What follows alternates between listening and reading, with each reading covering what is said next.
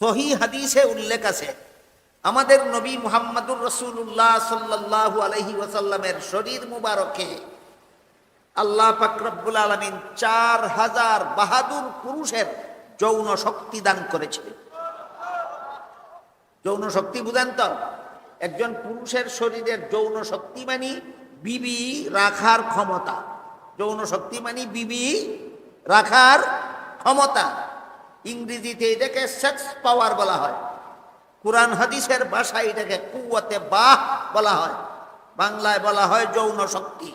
বলেন আপনারা কেমনে বুঝাইলে বুঝবেন? কোনটা বুঝেন? বাংলাটাই বলা যৌন শক্তি। বুঝে থাকলে বলেন তো, আপনাদের নবীর শরীরে আল্লাহ কতজন পুরুষের যৌন শক্তি দান করেছিলেন? 4000। এখন একজন পুরুষের যদি শরীয়তের বিধান মতো 4 জন বিবি গড়ে রাখার অধিকার থাকে, আসেনি? আছে। বিভিন্ন শর্ত সাপেক্ষে হইলেও আল্লাহ কোরআনে বলেন, ফানকিহু মা তাবা লাকুম মিনান নিসাই মাসনা ওয়া সুলাসা ওয়া রুবা ফাইন খিফতুম আল্লাহ তাদিলু ফাওয়াহিদাতান। এখানে আল্লাহ একটা শর্ত সাপেক্ষে উল্লেখ করেছেন যে এই শর্ত সাপেক্ষে তুমি প্রয়োজনে 2 বিবি একত্রে তোমার ঘরে রাখতে পারো, প্রয়োজনে 3 বিবি তোমার ঘরে রাখতে পারো, প্রয়োজনে 4 বিবি তোমার ঘরে রাখতে পারো, এর বেশি নয়। বলেন একজন উম্মতে দরকার হইলে শর্ত সাপেক্ষে কত বিবি ঘরে রাখতে পারে? 4 জন। এবার বলুন, শরীয়তের বিধান মতো একটা পুরুষে যদি 4 জন বিবি ঘরে রাখতে পারে, তাহলে 4000 পুরুষে কত বিবি ঘরে রাখতে পারে? একজনে 4 জন রাখতে পারলে 4000 কজন রাখতে পারে? সুদাই সাপ 4 সুতরাং যুক্তিসঙ্গতভাবে আমাদের নবীর শরীরে 16000 বিবি রাখার যোগ্যতা ছিল। যুক্তিসঙ্গতভাবে হিসাব মিলাইয়া দেখা গেছে যে আমাদের নবীর শরীরে 16000 বিবি গড়ে নিজের ঘরে রাখার যোগ্যতা ছিল। রাখছেন মাত্র কতজন? 9 জন। 16000 বিবি রাখার যোগ্যতা যার ছিল, তিনি 1000ও রাখলেন না, মাত্র 100ও রাখলেন না, মাত্র 9 জন রাখলেন কেন? আর পূর্ণ বিবি যে পূর্ণ সংখ্যার বিবি যদি রাখলেনই না, তাইলে 4-এর ভিতরে আসলেন না কেন? 9 পর্যন্ত গেলেন কেন? আর 4-এর সংখ্যা অতিক্রম যদি করলেন ওই, তাইলে 16000 আনলেন না কেন? এই প্রশ্নগুলি বুঝলে টের পাবেন আপনাদের ঈমান কিভাবে তাজা হয়। প্রশ্নের জবাবগুলি বুঝলে টের পাবেন ঈমান কেমনে তাজা হয়। বলেন, নবীর ঘরে 9 বিবি রেখেছিলেন এই আলোচনা অনুসরণের জন্য না ঈমান তাজা করার জন্য? একটু মনোযোগ দিয়ে শুনেন, দেখবেন ঈমান কিভাবে তাজা হয়। এক হাদিসে রাসূল করিম সাল্লাল্লাহু আলাইহি ওয়াসাল্লাম বলেন, ইন্নামা আনা বুইসতু মুআল্লিমান। এর অর্থ হইল আল্লাহ আমাকে উম্মতের উস্তাদ বানাইয়া পাঠাইছেন। নবী উম্মতের কি? উস্তাদ। সাহাবায়ে কেরামের জন্য নবী ছিলেন ডাইরেক্ট উস্তাদ, সরাসরি উস্তাদ। আর পরবর্তী উম্মত যারা আমরা, আমাদের জন্য নবী উস্তাদ ডাইরেক্ট না সাহাবাগণের মাধ্যমে? সাহাবাগণের মাধ্যমে নবী আমাদের উস্তাদ। আপনারা যারা এখানে বসা আছেন, বলুন নবী আপনাদের উস্তাদ কিনা? সরাসরি না সাহাবাগণের মাধ্যমে? এবার বলুন, নবী সাহাবাগণেরও উস্তাদ ছিলেন কিনা? কারো মাধ্যমে না সরাসরি? সরাসরি। সুতরাং রাসূল বলেন, আল্লাহ আমাকে গোটা উম্মতের জন্য উস্তাদ বানাইয়া পাঠাইছেন। উম্মতের পুরুষদের জন্য নবী উস্তাদ, উম্মতের মহিলাদের জন্য নবী উস্তাদ। তাহলে উম্মতের নারী পুরুষ শরীয়তের বিধিবিধান কুরআন হাদিসের কথা কার কাছে শিকার কথা? নবীর কাছে শিকার কথা। কার কাছে? উম্মতের পুরুষরাও নবীর কাছে শিখবে কুরআন হাদিসের জ্ঞান, উম্মতের নারীরাও নবীর কাছে শিখবে কুরআন হাদিসের জ্ঞান। কিন্তু নবীগণের জীবনে এমন অনেক বিষয় আশয় আছে যেইগুলি কোনো পুরুষ উস্তাদের কাছে শিখতে যাওয়া লজ্জার ব্যাপার। কোনো পুরুষ উস্তাদের কাছে শিখতে যাওয়া লজ্জার ব্যাপার।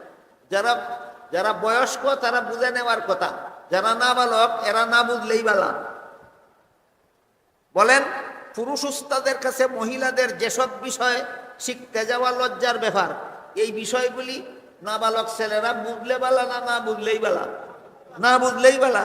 আর আপনারা যারা সাবালক, আপনাদেরকে বুঝানির দরকার নাই, এমনিই বুঝেন। তারপরও যদি কারো বুঝার বাকি থাকে, তাহলে সবাই একটু আবার দেই, যাতে নাবালক ছেলেরা না টের না পায়। গোসল কিভাবে ফরজ হয়, কিভাবে ফরজ হয় না, এমন বিষয় কোনো মহিলার জন্য কোনো পুরুষের উস্তাদের কাছে শিখতে যাওয়া লজ্জাজনক নয় কি? কি বলেন আপনারা? গোসল কেমনে ফরজ হয়, কেমনে ফরজ হয় না, এই বিষয়টা একটা মহিলা একটা পুরুষ উস্তাদের কাছে শিখতে যাওয়া কি লজ্জার ব্যাপার নয়? মেয়েদের প্রতি মাসে মাসে প্রায় 1 সপ্তাহ সময় নামাজ পড়া হারাম কেন? কারণটা কি? এটা কি নাবালক ছেলেরা বুঝবে না সাবালক নারী পুরুষে বুঝবে? এই কারণটা একজন মহিলার জন্য একজন পুরুষ উস্তাদের কাছে শিখতে যাওয়া কি লজ্জাজনক নয়? মাত্র 2টা উদাহরণ দিলাম, আশা করি বুঝেছেন। তাই মহিলাদের জীবনে এমন কিছু বিষয় আছে যেগুলি পুরুষ উস্তাদের কাছে শিখতে যাওয়া লজ্জার ব্যাপার।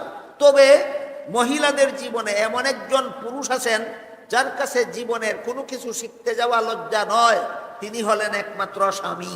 তিনি হলেন একমাত্র স্বামী। স্বামীর কাছে স্ত্রীর জন্য জীবনের কোনো কিছু শিখতে লজ্জা নাই। স্বামীর কাছে স্ত্রীর জন্য জীবনের কোনো কিছু শিখতে লজ্জা নাই। এই জন্য রসুলের দরকার ছিল, রসুল একদল মহিলাকে স্ত্রী বানাইয়া এই মহিলাদের স্বামী হইয়া লজ্জাজনক বিষয়গুলি স্বামী রসুল স্ত্রীদেরকে শিক্ষা দিয়া ফেলবেন। এরপরে অন্য কোনো মহিলা যদি এই লজ্জাজনক বিষয়গুলি শিখার জন্য রসুলের কাছে আসে, তাইলে রসুল ভিন্ন নারীকে লজ্জার কথা না কইয়া বিবিদের কাছে পাঠাইয়া দিবেন। ভিন্ন মহিলা নবীর বিবিদের কাছ থেকে লজ্জাজনক বিষয়গুলি শিখে নিবে। এই স্বার্থে নবীর দরকার ছিল উম্মতের মহিলাদের জন্য একদল মহিলাকে বিবি বানাইয়া উম্মতের মহিলাদের জন্য একদল সহকারী নারী শিক্ষিকা তৈরি করার দরকার ছিল। সেই দরকারে নবী বিবিগণ ঘরে রেখেছিলেন। আমার কথাগুলি বুঝে থাকে বলুন, নবী যদি যৌবনের খাহিশ মিটাইবার জন্য বিয়া করতেন, যদি নবী যৌবনের খাহিশ মিটাইবার জন্য বিয়া করতেন, তাহলে কত বিয়ার দরকার ছিল? 16,000। 16,000 করলেন না কেন? এই প্রশ্নের পরিষ্কার জবাব, নবী একটা বিয়াও যৌবনের খাহিশ মিটাইবার উদ্দেশ্যে করেননি। নবী একটা বিয়াও যৌবনের খাহিশ মিটাইবার জন্য করেননি। সবগুলি বিয়ে করেছেন উম্মতের মহিলাদের জন্য একদল সহকারী নারী শিক্ষিকা তৈরি করার জন্য। সবগুলি বিয়ে করেছেন উম্মতের মহিলাদের জন্য একদল সহকারী নারী শিক্ষিকা তৈরি করার জন্য। এই কথাটা যারা জানে না, বুঝে না, এরা 2টা প্রশ্নের জবাব বুঝে না। একটা প্রশ্ন হইল 25 বৎসরের যুবক মুহাম্মদ, তখন তো রসুল ছিলেন না, রসুল হয়েছেন 40 বছর পর। 25 বৎসরের যুবক মুহাম্মদ, অবিবাহিত মুহাম্মদ 40 বৎসরের বিধবা কয়েক সন্তানের মা খাদিজাকে বিয়ে করলেন কেন? কথা বুঝে আসছে? আপনাদের সমাজে এমন একজন অবিবাহিত পুরুষ 25 বৎসরের যুবক পুরুষ আছে, যেই পুরুষটা জীবনের প্রথম বিয়া করবে 40 বৎসরের একটা বৃদ্ধ মহিলা, যেটা বিধবাও আবার কয়েক সন্তানের মা ও, এমন মহিলারে কোনো অবিবাহিত যুবক পুরুষ 25 বৎসরের সময় বিয়া করব? তাইলে নবী কেন করলেন? প্রমাণ হয়ে গেল নবী যৌবনের খাহিশ মিটাবার জন্য বিয়ে করেননি। নবী সবগুলি বিয়ে করেছেন উম্মতের মহিলাদের জন্য একদল সহকারী নারী শিক্ষিকা তৈরি করার জন্য। কথা বুঝে থাকলে বলুন, নবী যৌবনের খাহিশ মিটাইবার জন্য বিয়া করেছেন না উম্মতের স্বার্থে বিয়া করেছেন? উম্মতের স্বার্থে বিয়া করেছেন। কাজেই যে সমস্ত মহিলার দ্বারা উম্মতের স্বার্থ রক্ষা করা সম্ভব ছিল, নবী সেই সমস্ত মহিলাকে বিয়ে করে নিজের ঘরে স্থান দিয়েছিলেন। এই কারণে নবী একত্রে 9 বিয়া করেছিলেন। এতটুকু কথা যদি আপনারা বুঝে থাকেন যে নবী যৌবনের খাহিশ মিটাবার জন্য বিয়া করলে 16,000 বিয়া করতেন, যেহেতু যৌবনের খাহিশ মিটাবার জন্য বিয়া করছেন না, এই জন্য 16,000 বিবি ঘরে আনছেন না। শুধুমাত্র উম্মতের মহিলাদের জন্য একদল সহকারী নারী শিক্ষিকা তৈরি করার জন্য রসুল বিয়ে করেছেন। আর উম্মতের এই স্বার্থটা যেই সমস্ত মহিলাদের মধ্যে এই স্বার্থ উদ্ধারের যোগ্যতা ছিল, শুধুমাত্র তাদেরকেই নবী বিয়ে করেছেন। এই কথাটা বুঝলে কেন নবী 9 বিবি ঘরে রাখলেন, এই কথাটা বুঝলে বলুন ইমান তাজা হয় কিনা? তাহলে নবীর জীবনের যে কাজ অনুসরণ করা উম্মতের জন্য নিষিদ্ধ, সেই কাজের আলোচনাও সওয়াবের কাজ কেন? এর মাধ্যমে তোমাদের ঈমান তাজা হবে। এর মাধ্যমে কি হবে? আমাদের ঈমান তাজা হবে। যে 9 জন বিবি নবীর ঘরে রেখেছিলেন, বলুন, যৌবনের খাহিশ মিটাইবার জন্য না উম্মতের সহকারী শিক্ষিকা তৈরি করার জন্য? এই স্বার্থটা, যেই স্বার্থে নবী 9 বিবি ঘরে রেখেছিলেন, এই স্বার্থটা সবচেয়ে বেশি পরিমাণ সফল হয়েছিল একটা শিশু, একটা শিশু মেয়ের দ্বারা। কেমন মেয়ের দ্বারা? উম্মতের মহিলাদের জন্য সহকারী শিক্ষিকা হওয়ার যোগ্যতা একটা শিশু মেয়ের মধ্যে বেশি ছিল। কোন মেয়ের মধ্যে বেশি ছিল? একটা শিশু মেয়ে। শিশু কত বৎসরের? 7 বৎসরের। বলেন, 7 বৎসরের মেয়ে বিয়ার যোগ্য হয়? 7 বৎসরের মেয়ে স্বামীর ঘর করার যোগ্য হয়? 7 বৎসরের মেয়ে স্বামী স্ত্রীর রহস্য বুঝে? এত সত্ত্বেও নবী 7 বৎসর বয়স্ক শিশু আয়েশাকে বিয়ে করেছিলেন। কেন?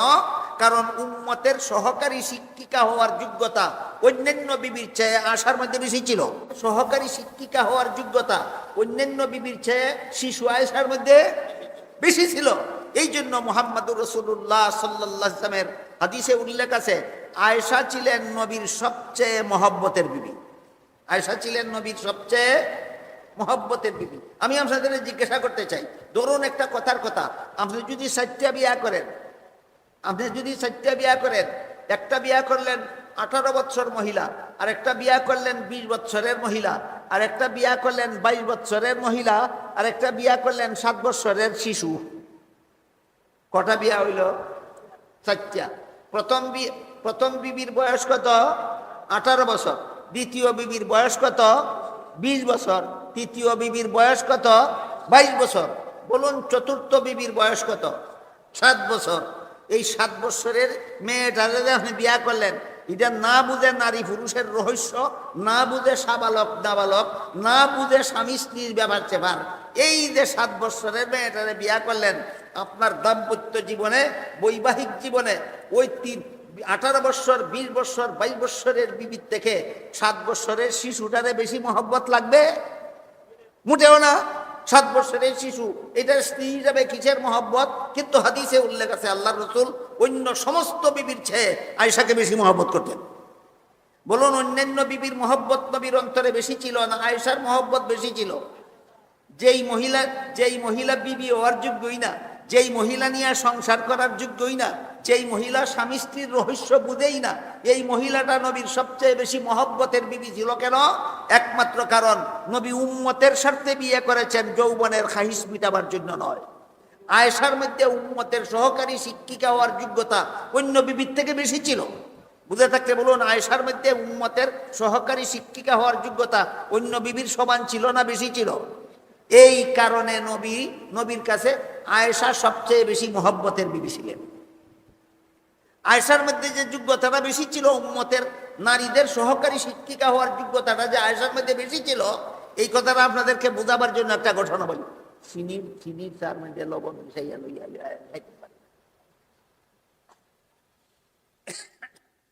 আয়েশার মধ্যে যে বেশি ছিল, এই কথাটা বুঝে পেলে একটা ঘটনা। একবার হযরত উমর ফারুক রাদিয়াল্লাহু তাআলা আনহু আর হযরত আবু হুরায়রা রাদিয়াল্লাহু আনহু, তাদের দুইজনের মধ্যে একটা মাসালা নিয়ে মতভেদ হইয়া গেল। কি হইয়া গেল? কোন দুইজন সাহাবীর নাম মনে রাখেন? একজন উমর ফারুক আর একজন আবু হুরায়রা। উমর ফারুক হইলেন রসুলের শ্বশুর, রসুলের দ্বিতীয় খলিফা, আর আবু হুরায়রা হইলেন এই উম্মতের সর্বশ্রেষ্ঠ শাইখুল হাদিস। আবু হুরায়রা এই উম্মতের সর্বশ্রেষ্ঠ শাইখুল হাদিস, আর উমর হইলেন রসুলের শ্বশুরও আবার রসুলের দ্বিতীয় খলিফাও। ছোট ছোট দুইজন সাহাবী না, শ্রেষ্ঠ দুইজন সাহাবী। শ্রেষ্ঠ দুইজন সাহাবীর মধ্যে একটা মশালা নিয়ে দ্বিমত হইয়া গেল। মশালাটা কি? যে স্বামী স্ত্রী মিলামিশা শুরু করলেই গোসল ফরজ হইয়া যায়, না মিলামিশা শেষ হইলে গোসল ফরজ হয়? এই হইল মশালা। হযরত উমর ফারুক রাদিয়াল্লাহু আনহু বলেন, আমি শুনেছি রাসূল করিম সাল্লাল্লাহু আলাইহি ওয়াসাল্লাম বলেছেন, সহবাস শেষ হইলে পরে গোসল ফরজ হয়। উমরে কইলেন, রসুল বলছেন সহবাস শেষ হইলে গোসল ফরজ হয়। আবু হুরায়রা বলেন, আমি শুনেছি রসুল বলেছেন সহবাস শেষ হোক আর না হোক, শুরু করা মাত্রই গোসল ফরজ হইয়া যায়। দুইজনের এক কথা না দুইজনের দুই কথা? কোনো একজনের মন গড়া দলিল না উভয়েরই রসুলের হাদিস দলিল? উমরের দলিল রসুলের হাদিস, আবু হুরায়রার দলিল রসুলের হাদিস। উমর বলেন আমি শুনেছি রসুল বলেছেন সহবাস শেষ হইলে গোসল ফরজ হয়। আবু হুরায়রা বলেন আমি শুনেছি রসুল বলেছেন সহবাস শুরু করলেই গোসল ফরজ হইয়া যায়। এখন তোমার শেষ হোক আর না হোক গোসল করার লাগে। দুইজনের এক কথা না দুই কথা? দুই কথা।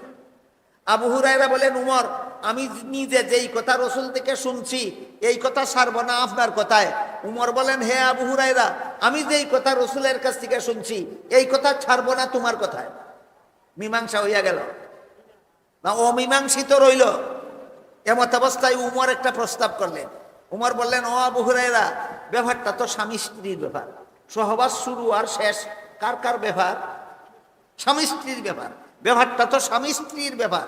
কাজেই আমার মেয়ে হাফসা রসুলের স্ত্রী, রসুল হইলেন আমার মেয়ে হাফসার স্বামী, নিশ্চয়ই আমার মেয়ে হাফসা নবীর স্ত্রী হিসাবে নবীর কাছ থেকে এই ব্যাপারে মীমাংসা শিক্ষা রাখবে।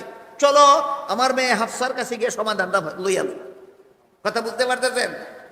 এই বলে তারা দুইজন গেলেন হাফসার কাছে, যা কইলেন এই ব্যাপার যদিও বিষয়টা লজ্জাজনক, একজন পুরুষে কোনো মহিলার কাছে শিখতে যাওয়া লজ্জা, অথবা একজন পুরুষ কোনো মহিলার কাছে শিখতে যাওয়া লজ্জা, কিন্তু আমরা শরীয়তের একটা ব্যাপারের সমাধানের জন্য না আইসা পারলাম না। উমর বলেন আমি রসুলের কাছ থেকে এটা শুনছি, আবু হুরায়রা বলেন আমি সেইটা শুনছি। হাফসা আপনি বলুন কোনটা ঠিক আর কোনটা বেঠিক? উমরের মেয়ে নবীর বিবি আমাদের মা হাফসা রাদিয়াল্লাহু আনহা বলেন তোমরা দুজনের পক্ষে রসুলের হাদিস হইল দলিল। উমরে যেই কথা বলতেছেন এই কথার পক্ষে দলিল রসুলের হাদিস, আবু হুরায়রা যেই কথা বলতেছেন সেই কথার পক্ষেও রসুলের হাদিস দলিল। কাজী দুনো পক্ষে হাদিসে দলিল আছে, এটার মীমাংসা আমি দিতে পারবো না। এটার সঠিক মীমাংসা যদি তোমরা পাইতে চাও তাহলে একমাত্র নবীর ওই শিশু বিবি আয়েশার কাছে যাও। এটার সঠিক মীমাংসা যদি চাও কোন বিবির কাছে যাও? শিশু বিবি। বলেন নবীর শিশু বিবিকে? শিশু বিবি আয়েশার কাছে যাও। যুবতী বিবি মীমাংসা দিতে পারলেন না, শিশু বিবির কাছে বানাইতে। এবার তারা দুইজন নবীর যুবতী বিবির কাছ থেকে নবীর শিশু বিবির কাছে আসলেন। বলুন আপনারা আমার এতক্ষণের কথা বুঝে থাকলে নবীর শিশু বিবিকে? আয়েশা। আয়েশার কাছে যখন এই ব্যাপার পেশ করা হইল, আয়েশা বলেন উমর আপনি যে বলতেছেন রসুল বলছেন সহবাস শেষ না হইলে গোসল ফরজ হয় না, এই কথা রসুল একবার বলছিলেন, এটা কিছুদিনের জন্য বলছিলেন? বলেন স্থায়ীভাবে বলছিলেন না কিছুদিনের জন্য? রসুল এই কথা বলছিলেন কিছুদিনের জন্য, এটা অস্থায়ী একটা মেয়াদি বিধান ছিল। ওই মেয়াদ শেষ হওয়ার পরে স্থায়ীভাবে বিধান দিয়ে রসুল বলেছেন এখন থেকে কিয়ামত পর্যন্ত সহবাস শেষ হতে হবে না, শুরু করা মাত্রই গোসল ফরজ হয়ে যাবে। সুতরাং উমরে যে হাদিস পেশ করেছেন এই হাদিস রহিত, মেয়াদ শেষ। আর আবু হুরায়রা যে হাদিস বলেছেন এই হাদিস চিরকালের জন্য বলবৎ। বলেন একটা এই স্বামী স্ত্রীর সহবাস সংক্রান্ত একটা বিষয় হাফসার কাছে সমাধান হয়েছিল না শিশু বিবির কাছে সমাধান হয়েছিল? ঘটনা বুঝে থাকলে বলুন তো, নবী যতগুলি বিবি ঘরে রেখেছিলেন এই সমস্ত যৌবনের খাইশ মিটাইবার জন্য না উম্মতের স্বার্থে? উম্মতের স্বার্থটা কি? উম্মতের মহিলাদের জন্য একদল সহকারী নারী শিক্ষিকা তৈরি করা। এই যোগ্যতাটা কোন বিবির কাছে বেশি ছিল? এই যোগ্যতাটা একমাত্র শিশু বিবির কাছে বেশি ছিল। এই জন্য যেই শিশু স্বামীর ঘর করার যোগ্য হয়েছে না, যেই শিশু স্বামী স্ত্রীর রহস্য বুঝে না, যেই শিশু যেই শিশু নারী পুরুষের ভেদ বুঝে না, এমন শিশুটাকে নবী বিবি বানাইছিলেন একটা রহস্যের কারণে। কিনা রহস্যটা কি? এই যে যোগ্যতা উম্মতের স্বার্থের, যে স্বার্থের জন্য নবী এত বিয়া করছিলেন ওই স্বার্থটা আয়েশার দ্বারা সবচেয়ে বেশি সম্পন্ন হয়েছিল। এই কথাটা বুঝলে এবার বলুন 9 বিবি ঘরে রাখার আলোচনা শুনলে ইমান তাজা হয় কিনা? ইমান তাজা হইব দূরের কথা, বর্তমান সমাজের কিছু শিক্ষিত মুসলমান আছে, এরা ইহুদি খ্রিস্টান এদের মনিব, ইহুদি খ্রিস্টান মনিবদের কাছ থেকে যখন শিখে শুনে যে মুহাম্মদ শিশু আয়েশাকে বিয়ে করলো কেন, মুহাম্মদ কামুন্মাদ ছিল। মুহাম্মদ কামুন্মাদ ছিল, এই জন্য সাবালক আর নাবালক বুঝে না, নাবালক মেয়েরে বিয়া করে লাইছিল। এই কথা তাদের ইহুদি খ্রিস্টান মনিবের কাছ থেকে শুনিয়া বর্তমান সমাজের কিছু শিক্ষিত মুসলমানেও ইহুদি খ্রিস্টানের সুরে সুর মিলাইয়া এই কথাগুলি বলে। বলেন ইমান তাজা হওয়ার কারণে না ইমান ফসা হওয়ার কারণে? তাহলে এই কথাটা বুঝলে ইমান তাজা হয়, আর না বুঝলে ইমান ফসা হয়।